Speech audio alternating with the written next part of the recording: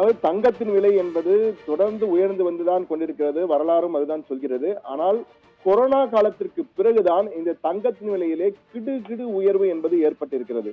4 ஆண்டுகளில் மட்டும் கிட்டத்தட்ட 100% தங்கத்தின் விலை உயர்ந்திருக்கிறது. பொதுவாக இந்த தங்கத்தின் விலைக்கு பல்வேறு காரணிகள் தான் காரணமாக இருக்கின்றன.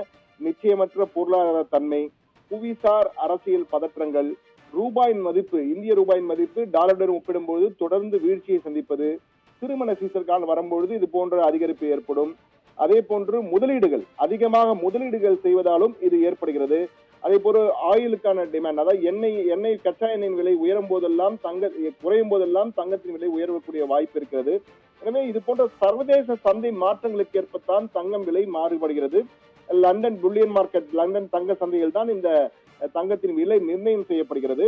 அமெரிக்காவில் ஏற்படும் ஒவ்வொரு பொருளாதார பாதிப்பும் தாக்கமும் இந்திய தங்க சந்தையிலே எதிரொலிப்பது நிச்சயம் என்று கூறுகிறார்கள் நகை விற்பனையாளர்கள். என்றால் அங்கு டாலரின் மதிப்பு உயர உயர ரூபாயின் மதிப்பு வீழ்ச்சி அடைகிறது. உதாரணத்துக்கு நீங்கள் பார்த்தீர்கள், கடந்த 2020 பார்த்தீர்கள் தங்கத்தின் விலை, அதாவது டாலர் மதிப்பானது 70 ரூபாய் இருந்திருக்கிறது, 74 ரூபாய் இருந்திருக்கிறது 2020. தற்போது 86 ரூபாய். ஒரு டாலரின் விலை இந்திய மதிப்பிலே 2020 74 ரூபாய் 31 காசுகளாக இருந்தது. தற்போது இன்றைய அளவில் பார்க்கும் பொழுது 4 ஆண்டுகளில் 86 ரூபாய், ஒரு டாலரின் விலை 86 ரூபாய் 52 காசுகள். இதனால் இறக்குமதி செய்யும் பொழுது அதிக விலை கொடுத்து நாம் தங்கத்தை வாங்குகிறோம். அதனுடைய நேரடியாக அந்த பரிமாற்றம் என்பது தங்க வாங்குவோரிடம் நேரடியாக விழுகிறது. அதனால்தான் இந்த விலை கிடுகிடுன்னு உயர்ந்து கொண்டே இருக்கிறது. தற்போது ஒப்பீட்டு அளவிலே தங்கத்தின் விலை எப்படியெல்லாம் மாறி இருக்கிறது என்பதை, ஒரு 100 ஆண்டுகள் 120 ஆண்டுகள் தங்கத்தின் விலை எப்படி இருக்கு என்பதை பார்ப்போம். 1920 21 ரூபாய், அதாவது சரியாக 100 ஆண்டுகளுக்கு முன்பு, 100 ஆண்டுகள் 104 ஆண்டுகளுக்கு முன்பு ஒரு சவரன் தங்கத்தின் விலை வெறும் 21 ரூபாய்க்கு விற்றிருக்கிறது. அதன் பின் 1980 தான் ஒரு பெரிய 4 டிஜிட்டுக்கு வந்திருக்கிறது. 1000 ரூபாய், ஒரு சவரன் விலை 1000 ரூபாய் 1980. 2001 வெறும் 3000 ரூபாய், 2008 6000 ரூபாய், 10,000 ரூபாய் என்று 5 டிஜிட் வந்திருப்பது 2009 ஆண்டு தான் வந்திருக்கிறது. அதன் பின் சிறுக சிறுக ஒவ்வொரு ஆண்டுமாக 5000 ரூபாய் 5000 ரூபாய் என்று உயர்ந்து கொண்டே வருகிறது. அந்த 2020 பார்த்தீர்கள் என்றால், 2021 பார்த்தீர்கள் என்றால் கிட்டத்தட்ட 2020 30,000 ரூபாய் வருகிறது. 2020 ஒரு சவரன் தங்கத்தின் விலை 30,000 ரூபாய்.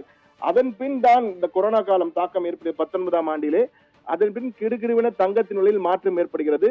அதாவது திடீரென பார்த்தீர்கள் 30,000 ரூபாய் இருந்தது, அடுத்து 23 45,000, 24 50,000 58,000 ரூபாய் வருகிறது. 2001 ஜனவரியில் பார்த்தீர்கள் 57,200 ரூபாய் இருக்கிறது. 2021 2022 தற்போது இன்றைய நிலையில் பார்க்கும்போது 60,880 ரூபாய். கிட்டத்தட்ட 2020 இந்த 2025 ஜனவரி 30ஆம் தேதி வரை பார்த்தீர்கள் என்றால், அதாவது 2 மடங்காக இருக்கிறது. 30,000 ரூபாயாக இருந்தது, தற்பொழுது 60,880, கிட்டத்தட்ட 2 மடங்கு விலை உயர்வு என்பது மிகப்பெரிய விலை உயர்வாக பார்க்கிறது.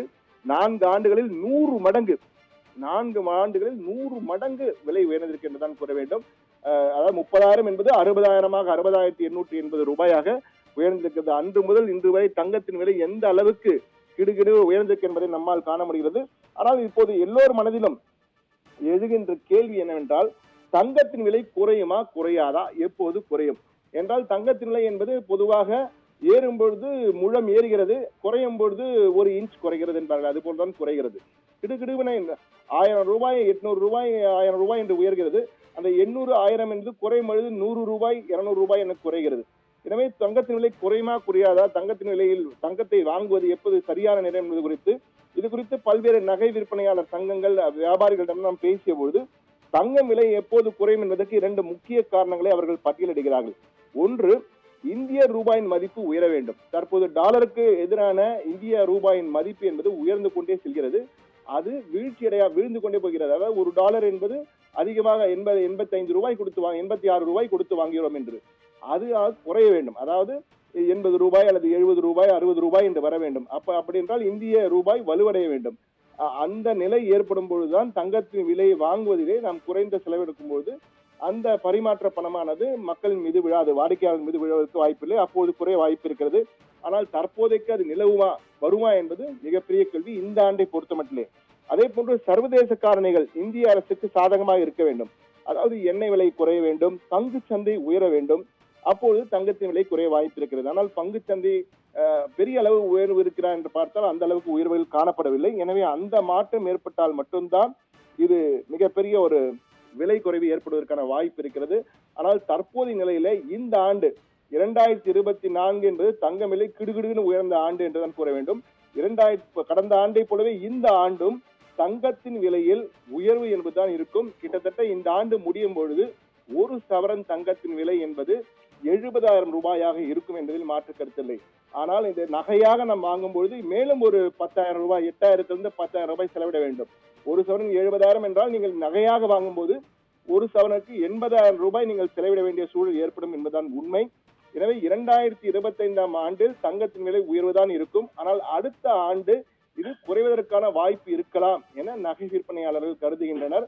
ஆனால் இது மாறுவதற்கும் வாய்ப்பு இருக்கிறது. ஆனால் இது பெரிய அளவுக்கு இந்த ஆண்டு குறையும், ஆனால் பெரிய அளவு குறைவதற்கான வாய்ப்பு இல்லை.